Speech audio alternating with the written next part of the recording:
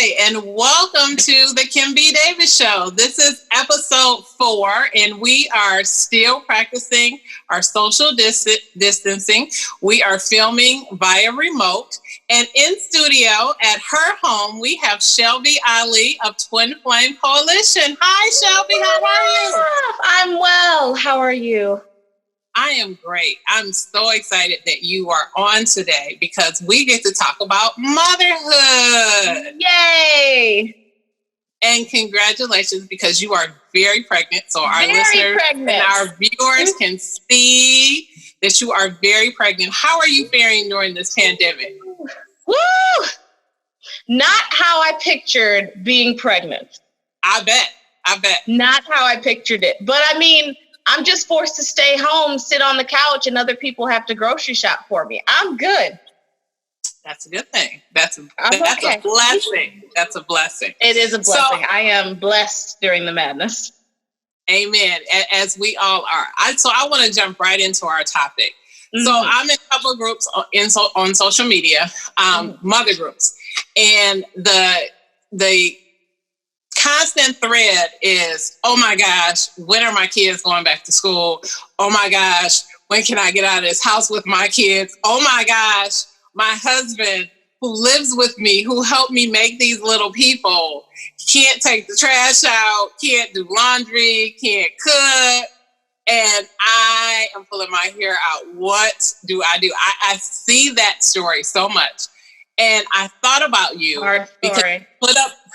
because you put up this great post on Facebook several weeks ago about being happy while in the midst of quarantine, exactly, while you're raising your kids in the chaos. Yeah. So today I want to talk about how do we balance it as working women, as mothers, as wives. I know, right? So, come on, let's get the secrets. Let's get the tidbits out.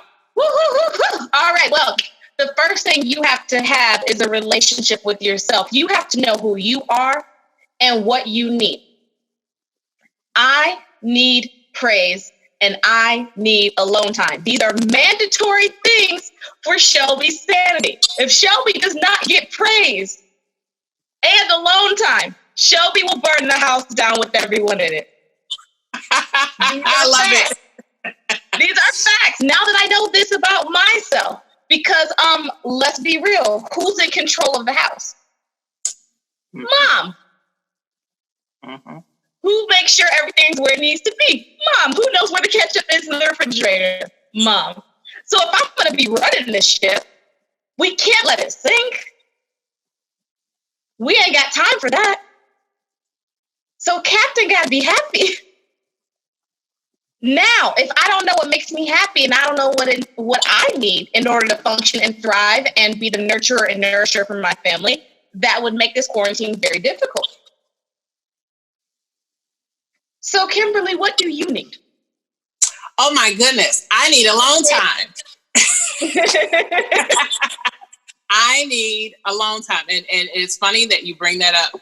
Because I was talking to my therapist, and yes, I still visit my therapist when I'm feeling stressed. And when the COVID-19, Black mental health is everything. Listen, I was not going to have a snap moment.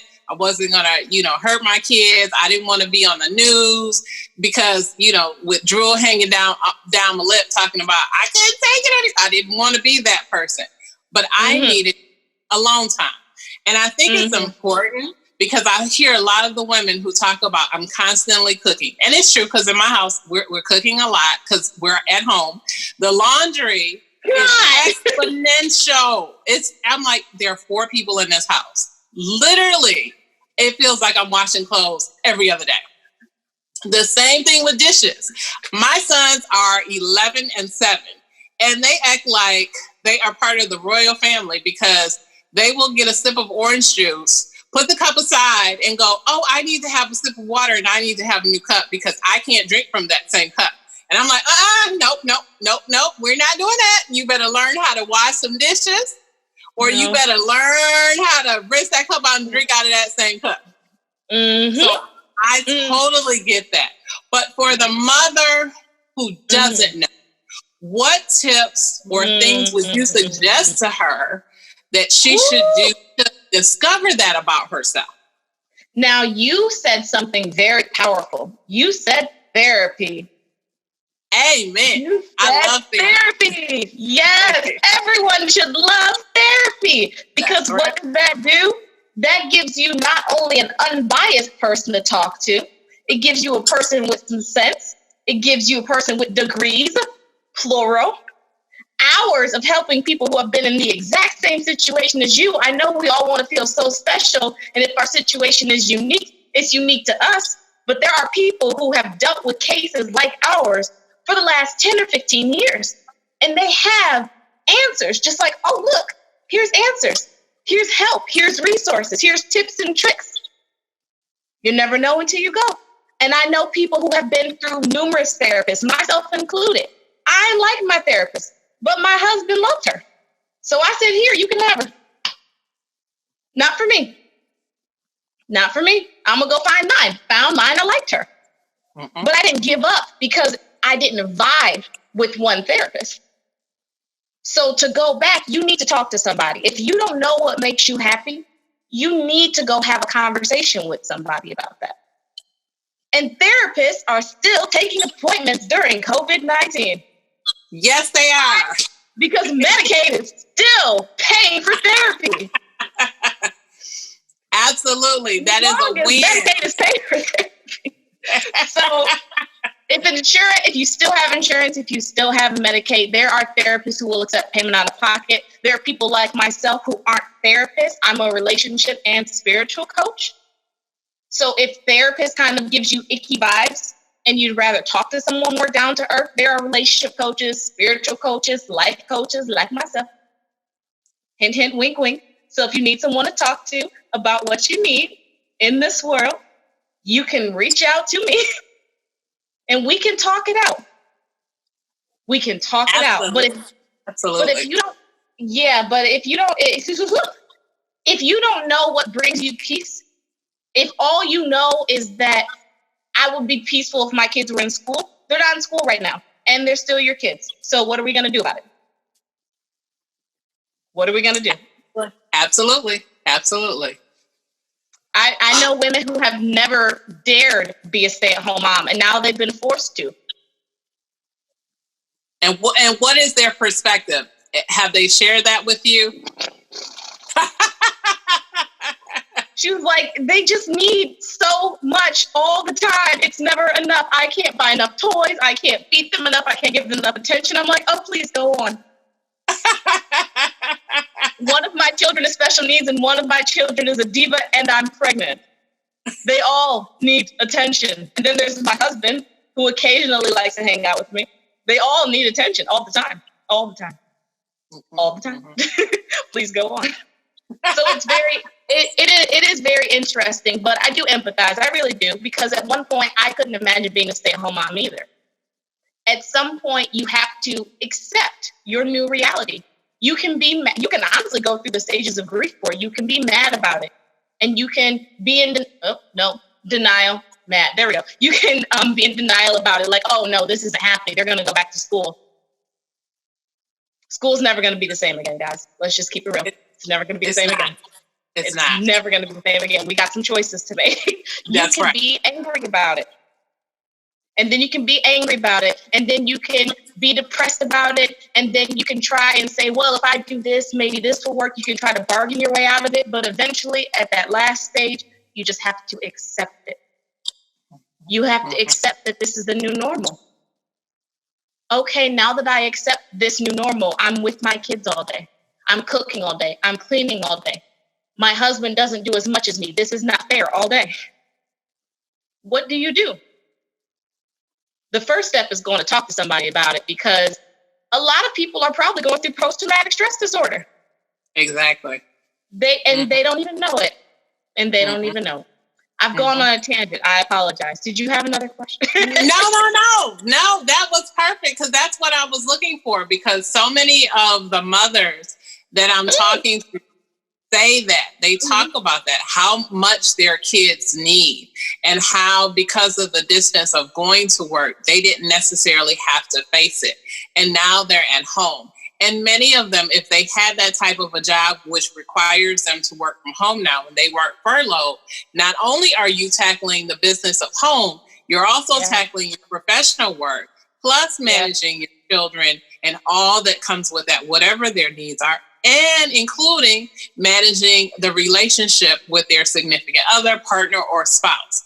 And so all of those dynamics together, for what I read on social media, there are a lot of women who right now, if they could just run from their home screaming, they probably would.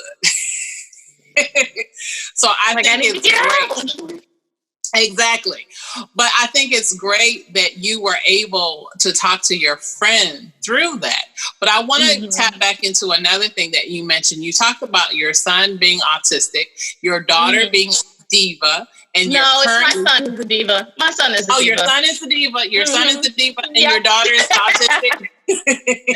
I have an autistic son who is 5 years old, and I have a diva 2.5-year-old who's a boy.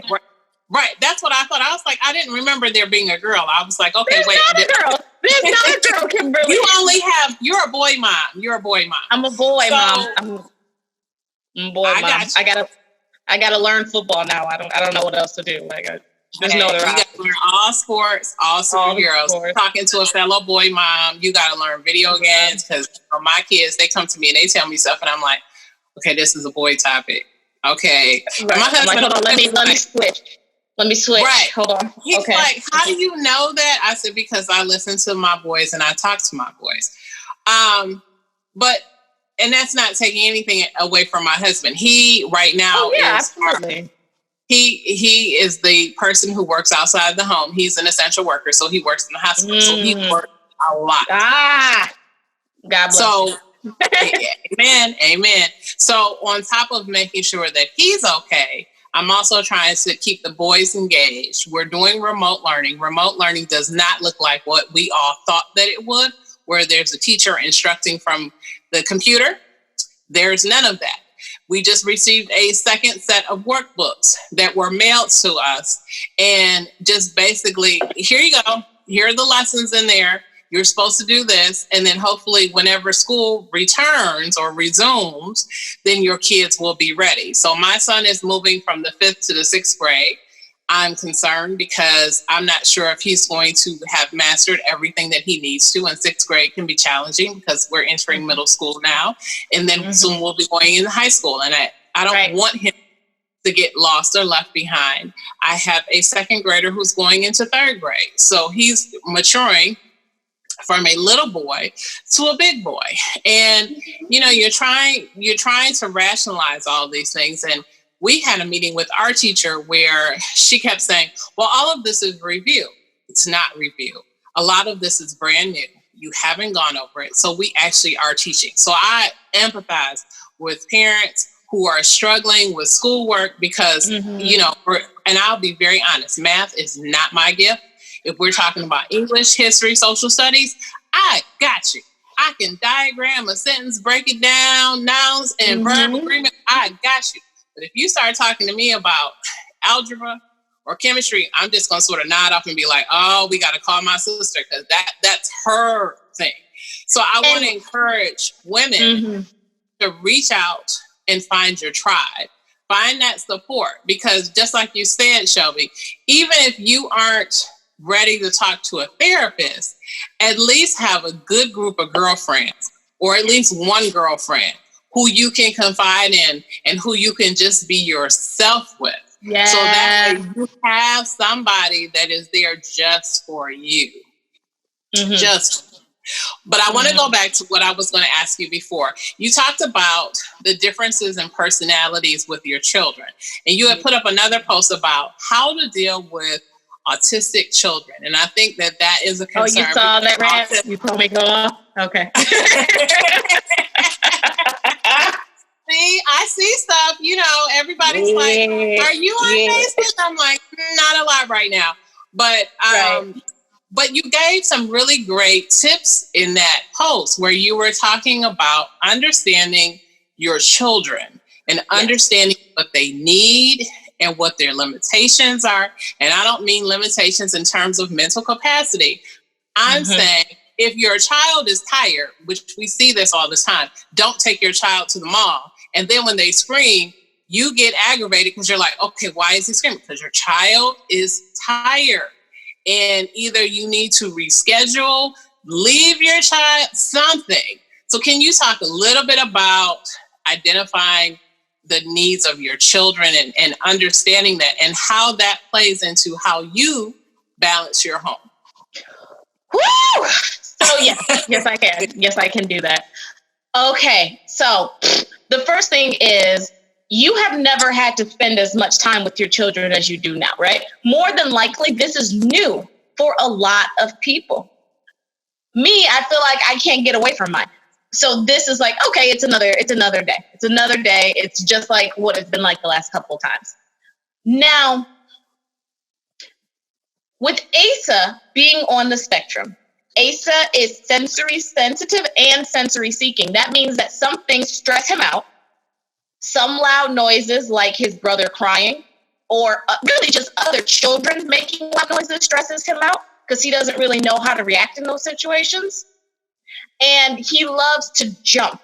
He loves to have his sentence heightened. Like, I'm going to have to buy a trampoline and just let him go. And I want to time him to see how long he goes. But how did I notice this about my son? I noticed because whenever Ozzy, the baby, would cry, my older son, Asa, would start to scream. When I noticed that, I was like, okay, so we don't like people screaming. So there are certain places we really can't go until I teach him how to handle other people screaming.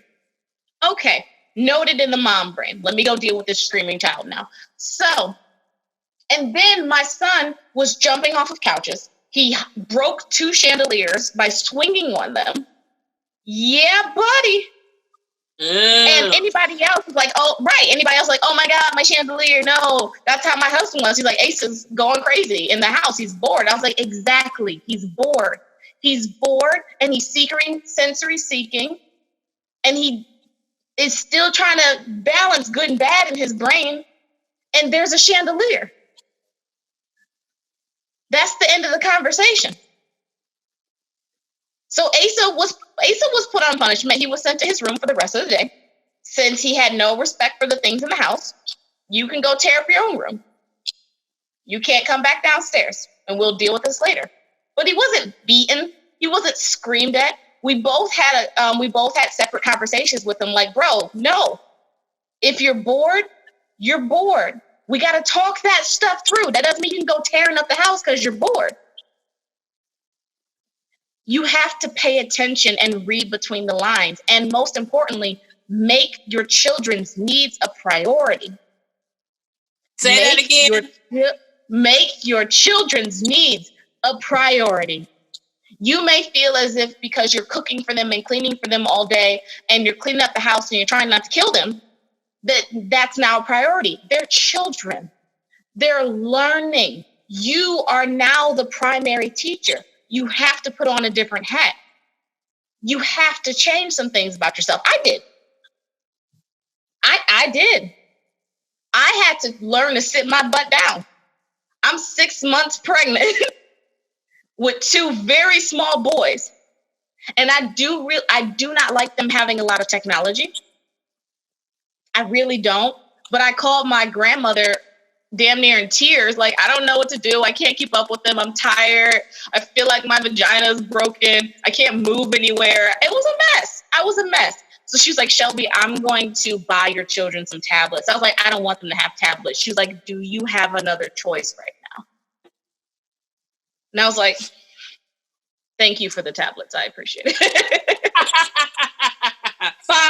Fine. But it was great because I could wash the dishes and talk to Asa, and he was on his tablet, and he wasn't tearing up the house. He wasn't trying to jump off anything anymore because he wasn't bored anymore. So you have to make adjustments to your morals, to your values, to your children. You have to prioritize them more than ever because just as much as you are stressed out, they are freaking out. All they see is people dying. Yep. And people en masse. They look like they're in a zombie movie. They're scared. We have to prioritize them more than we're doing. And for the mothers who are already feel like they're prioritizing their children 100% and they're still stressed out and they're taking care of themselves and they're still stressed out, it's a stressful time. We're all a little bit stressed. But like you said, there are resources, there are therapy, there are girlfriends. My friend actually just put together a book club, and we've been using our book club as kind of like a women empowerment circle.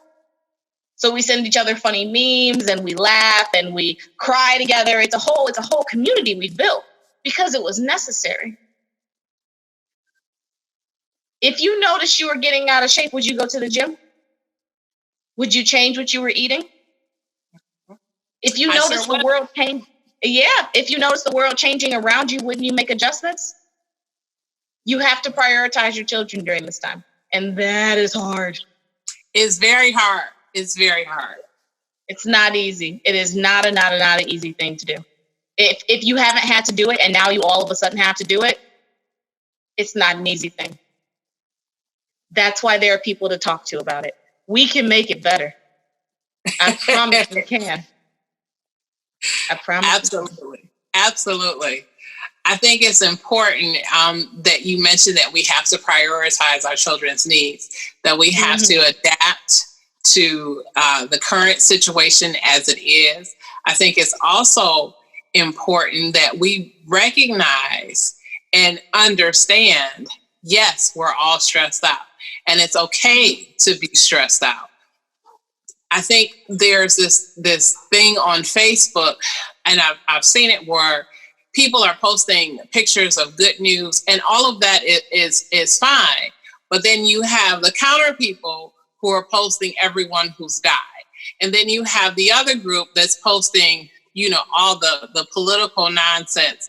And for me, one of my protective mechanisms, I just cut down on how much social media I would ingest, how much news I would ingest. I pay attention to the news, but I only give it a few minutes.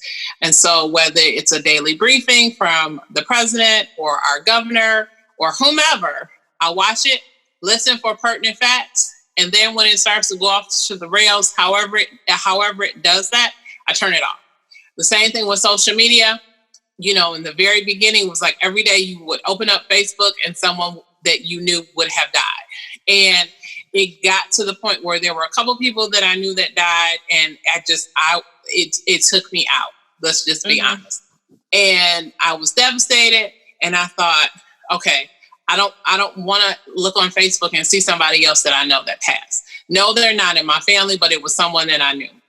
And trying to do with that, teaching children, keeping the house, and I work from home. So for me, it's almost like everyone has invaded my space because my home was my office. And so in the daytime, I'd have my own schedule. I'd drop the kids off to school. And then for the next 5 or 6 hours, I'd be working, whether it's conference calls, whether it was working on my books or, working on a blog, podcast, whatever it was. And so now I have to be really creative. How do I adjust that schedule? So right now we're filming at home. My kids are downstairs and my husband's downstairs. I'm upstairs. But we've made me too. But we've made it work. We've made it work. We did. But it's thinking about it and making a conscious decision. And I think where a lot of people are, they are just stuck in, oh my goodness, I can't believe this. And we're stuck in one of those stages of grief where we're stuck in denial, haven't gotten past it, and don't know what to do, and are closing in on just being angry. And like you said, school is not going to be the same. I don't know what it's going to look like if it opens back up in the fall.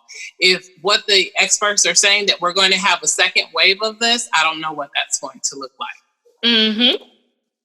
No one does. So you have to prepare for whatever. I have another fellow spiritual coach, and she's in California? Yes. She's in California. She's got 2 boys too. Boys all day. Boys everywhere. Boys everywhere. They don't sit down. So she's got 2 boys too, about the same age as your boys, actually, now that I think about it. And she used to do her sessions live. Like, she used to do live sessions from her living room. And now she's like, sorry guys, I can't go live today. My kids are just like super clingy. And she just went live and made an announcement and said, I signed my kids up for homeschooling. I don't have time to figure out what they plan on doing next year. She's like, I survived the last couple of months at home with them. I made it work. I can make it work in the future. So she made the decision before anyone told her what was going to happen. And we have to be that assertive. We have to be that determined to make our children a priority, to give them some security. Absolutely. Absolutely. Insecurity for yourself. Now that she knows she's going to be homeschooling next year, everything else is just kind of like, so there's going to be another breakout. We're doing it at home anyway. Exactly. Oh, so I'm going to be snowed in. They're going to be at home anyway. She already has her game plan and her reassurance. And even if you can't homeschool, there are tons of options. Mm-hmm. There are tons of options to do. Thank you, Shelbi, for all of that. So we are coming up to the end of our show, but I want to get in one more quick tip from you. So I know you are very, very pregnant. You have your 2 sons. You have your husband. You guys run a business. You run a business. And you do speaking. He does speaking. And he's launching new projects. You just recently launched a new project. What do you do? What do you do to stay mindful and present in the moment during this? What's one tip that you could give? Yes. Schedule out the day. Now, you don't have to be a dictator about it, right? Mm-hmm. You don't have to be a dictator about it. But I wake up, I need alone time. I wake up at 7 a.m. to get it, or I'm going to kill everybody. Even today, my spirit woke me up at 6 and I was like, oh, you gonna need an extra hour today. Go ahead and get up. And I did. So I wake up around 7. I journal, I meditate, I pray, I eat breakfast. Because once those kids are up, I cannot find time to eat. Mm-hmm. Mm-hmm. I have fruit lying all over the house because I'll be walking and realize I hadn't eaten in 4 hours, very pregnant, and I'll just grab an apple, like, okay, grab my apple. It's already washed off, I'm good. I can function. After I do my morning routine, and by the time Shelbi is centered with Shelbi, the kids are up. I get them breakfast. I play with them. We do story time. We do circle time. I make sure we have that mom-son time together. My son has his behavioral therapist come to the house. He does that for 4 hours. That gives him his time to do his behavioral therapy. That gives me and the baby time to have our moment. Once behavioral therapy is over, baby goes down for a nap. I make sure that kid goes down for a nap. There is no other option. I have started driving around the neighborhood just to get him to go to sleep. I don't care. You're going to sleep. Diva, needy little baby, you're going to sleep. Demand a lot of energy. So when the baby is down, mom is down. It's a wrap. I'm sitting down on the couch. I'm on my phone. I'm taking a nap. I'm reading. I'm most likely taking a nap. Ace is on his tablet. Once the baby wakes up, we make dinner together. Feed husband, feed children, feed mom. Husband is off work. He works from home. He comes downstairs. We eat, sometimes together, depending, unless they're running around. We have about an hour or so of family time. And then I'm upstairs. I have work to do. My husband has started his own YouTube channel, so sometimes my work gets interrupted so he can film. We shift back and forth for the rest of the night, balancing out the kids. Kids go to bed. We have quality time. I don't care if that means we're up until midnight or 1 a.m. I do not care. Because if we don't have that time together, we start to resent each other. We stop bonding together. We stop enjoying intimacy. And notice I said intimacy, not sex. I'm 6 months pregnant. We are not going that crazy right now. But we stay up late. We watch TV. We talk business. We have fun. We joke. It's a good time. And that's our schedule. There is room for fluctuation. There's room for flexibility. But for the most part, everyone know how the day is going to go. That's Sometimes great. My husband is like, I'm tired. You get a nap. Sometimes I'm like, I'm tired. I gave 3 naps. Though that's a great tip. So really quickly, before we run out of time, Shelbi, tell me about your business. Which one? So my husband and I are relationship coaches. We run a company together, Twin Flame Coalition. We are not accepting relationship coaching clients right now. We're not accepting couples right now. Due to the crisis and the demand of our children, we're not accepting couples, but we are still working on our blog. We are still posting videos because we want you to have content available. We want you to have resources that you need that's easily accessible during this time so you don't kill your spouse. I also run a separate business, Mama Ali Cardology. You can find me on Facebook and Instagram. I am a spiritual coach. I am a card reader, but most importantly, I'm someone to talk to. We do look at the cards, but it's more like a spiritual therapy session. We spend a half an hour or an hour just talking, getting it out, and coming up with a game plan. And I give you resources so that you don't leave the call empty-handed, so that you know what you're doing next. Awesome. Thank you, Shelbi Ali. Our time went so quickly today. I am so grateful to have you on and talking about motherhood. We'll definitely have to do it again. Yeah. Please take care and stay safe. Thank you for watching the Kim B. Davis Show. Please stay safe. Stay inside while we're still going through the COVID-19. And just remember, be magnificent.